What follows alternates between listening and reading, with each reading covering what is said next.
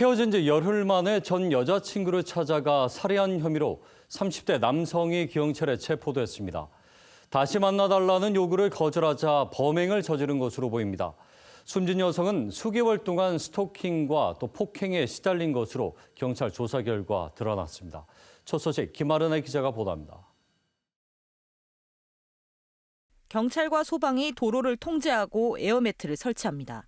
곧이어 옥상 난간에 앉아있던 30대 남성이 경찰에 체포됩니다. 헤어진 지 열흘 만에 전 여자친구에게 흉기를 휘둘러 살해한 혐의입니다.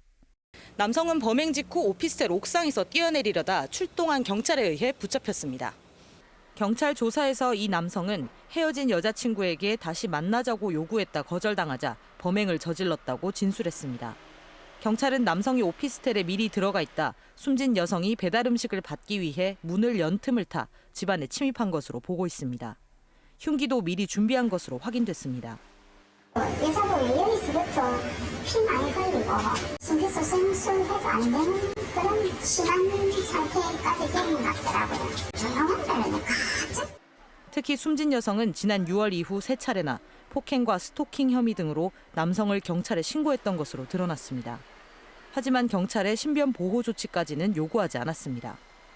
이처럼 지난해 교제 폭력으로 입건된 피의자 수는 13,000여 명, 해마다 늘고 있습니다.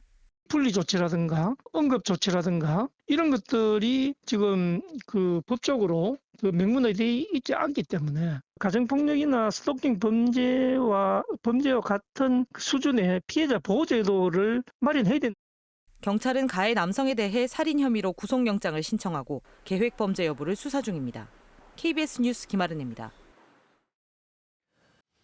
헤어진 여자친구를 살해한 혐의로 30대 남성이 구속됐습니다. 이 남성은 흉기를 숨기고 범행 3시간 전부터 여성 집 근처를 서성이는 등 계획범죄 정황이 속속 드러나고 있는데요. 하지만 이미 3차례나 교제폭력 신고가 있었음에도 막지 못한 죽음, 대책은 없는지 최위지 기자가 보도합니다. 헤어진 지 열흘 만에 전 여자친구를 살해한 30대 남성. 범행 3시간 전부터 여성이 사는 오피스텔 안팎을 서성였습니다. 옆에 사장님 환자를 여쭤보고 딴 분한테 여쭤봐도 조심스럽게 행동했는지 억제고 안 됐거든요. 당시 남성은 겉옷에 미리 준비한 흉기를 숨겨둔 상태. 이곳 오피스텔 주변을 배회하던 남성은 우연히 마주친 음식 배달 기사와 함께 승강기를 타고 피해자의 집으로 올라갔습니다.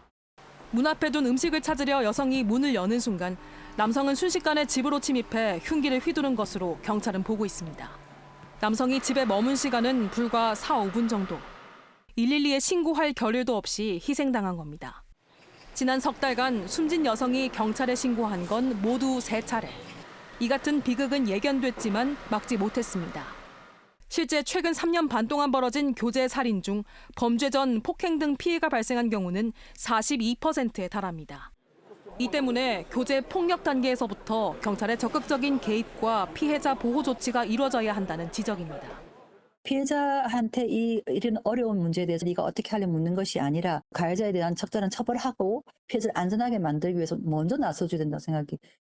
피해자 의사와 상관없이 교제폭력 가해자를 처벌하고 피해자를 보호하는 법안은 수년째 국회에서 계류 중입니다. KBS 뉴스 최위지입니다. 얼마 전 30대 남성이 집까지 찾아가 헤어진 연인을 끔찍하게 살해했습니다. 이 남성은 살해 전에도 여성을 계속 괴롭혔던 것으로 확인됐습니다. 하지만 오늘 열린 첫 재판에서 계획 범행을 부인해 앞으로 재판 과정에서 공방이 예상됩니다. 보도에 최위지 기자입니다. 2달 전 집까지 찾아가 헤어진 연인을 살해한 30대 남성. 범행 전 피해 여성에게 폭언과 폭행을 일삼고 집에 찾아가서는 밤새 문을 두드리기도 했습니다. 끈질기게 여성을 괴롭혀온 남성은 피해 여성 집 앞에 숨어 있다가 배달 음식을 받으려고 문을 연 틈을 타 집 안으로 침입했고 불과 몇 분 만에 준비한 흉기로 여성을 살해했습니다. 살인 등 혐의로 기소된 남성은 첫 재판에서 계획 범행을 부인했습니다. 가해 남성 측 변호인은 살인 행위는 인정하지만 계획 살인은 아니었다고 주장했습니다. 범행 당시 흉기를 미리 준비해 가지고 간 건 자살이나 자해를 하기 위한 것이었다는 게 가해 남성의 주장입니다. 그러나 피해 여성 측은 남성의 주장을 일축했습니다. 피해자 집에 침투한 경위, 그 이전부터 괴롭히는 경위나 이런 것들을 보면은 우발적이었다고 보기는 어렵고, 그래서 앞으로 재판 진행 과정을 통해서 그 부분에 대한 증거나 자료를 제출할 예정입니다. 재판을 지켜본 유족 역시 형량을 줄이려는 시도라며 분통을 터뜨렸습니다. 자기가 감형받을 수 있는 방법이 우발적이라고 주장하는 것 말고는 없겠죠. 그래서 자해를 주장할지는 몰랐는데. 대법원 양형 기준에 따라 이별을 통보한 옛 연인을 계획적으로 살해한 경우 재판부는 무기징역 이상의 형을 선고할 수 있습니다. KBS 뉴스 최유주입니다. 다음 소식입니다. 옛 연인을 스토킹하거나 살해하는 등 교제 폭력이 부산에서 크게 늘고 있습니다. 올해 9월까지 5,400여 건, 하루 평균 20건의 신고가 기흥실에 접수됐습니다. 하지만 이 관련 법조차 없다 보니 대책 마련이 쉽지 않습니다. 보도에 서정윤 기자입니다. 헤어진 연인을 찾아가 재결합을 요구하며 폭언과 폭행을 일삼다 흉기로 여성을 살해한 30대 남성. 지난 1월에는 헤어진 남성의 끈질긴 협박과 스토킹에 못 이긴 20대 여성이 추락해 숨지기도 했습니다. 부산 지역 교제폭력 신고는 올해 9월까지 5,400여 건, 하루 평균 20건의 신고가 접수된 겁니다. 지난해 같은 기간과 비교하면 60% 가까이 증가했습니다. 예방이 최선책이지만 교제폭력은 경찰이 적극적으로 개입할 수 없습니다. 경찰이 강제 조치할 수 있는 교제폭력법 자체가 없고 폭행, 협박 사건이라도 피해자의 처벌 의사가 없으면 사건은 종결됩니다. 법이 확실하게 뒷받침이 되어서 그러한 교제폭력에서 발생하는 경우에 있어서는 반의사불벌죄 규정을 적용하지 않는다라고 명시적으로 하면. 이렇다 보니 경찰이 출동해 현장에서 사건을 종결하는 비율도 신고 건수의 절반 이상이나 됩니다.